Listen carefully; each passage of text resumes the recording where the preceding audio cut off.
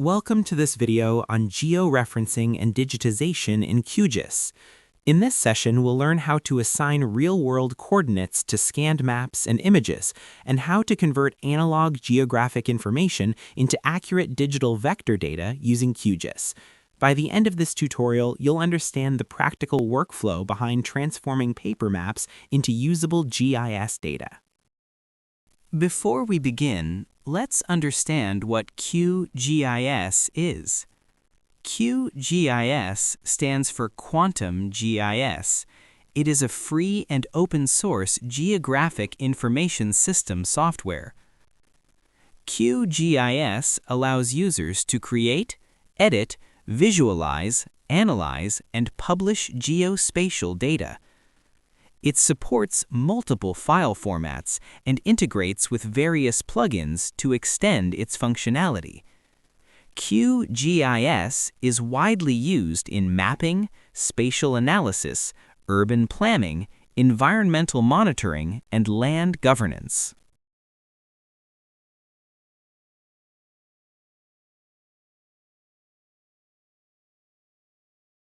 In QGIS, georeferencing is done using the Georeferencer tool, which allows us to link known ground coordinates to specific points on a scanned map.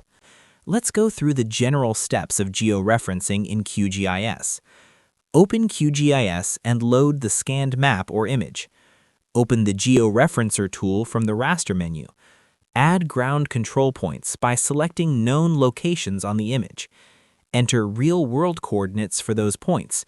Choose the appropriate transformation type and coordinate reference system. Run the transformation process.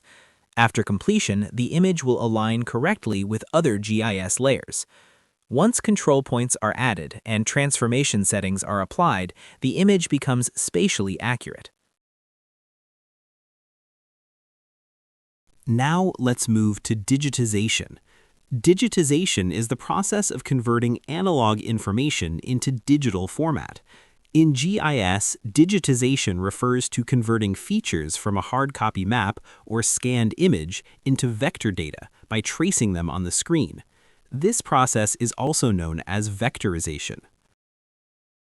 In QGIS, digitization involves creating three main types of vector features: points, lines, and polygons. Each represents a different type of geographic object. Point features represent specific locations on the map that do not have length or area. They are used for features such as wells, schools, electric poles, landmarks, or sampling locations. A point simply marks an exact position using coordinates. Line features represent linear objects that have length but no area.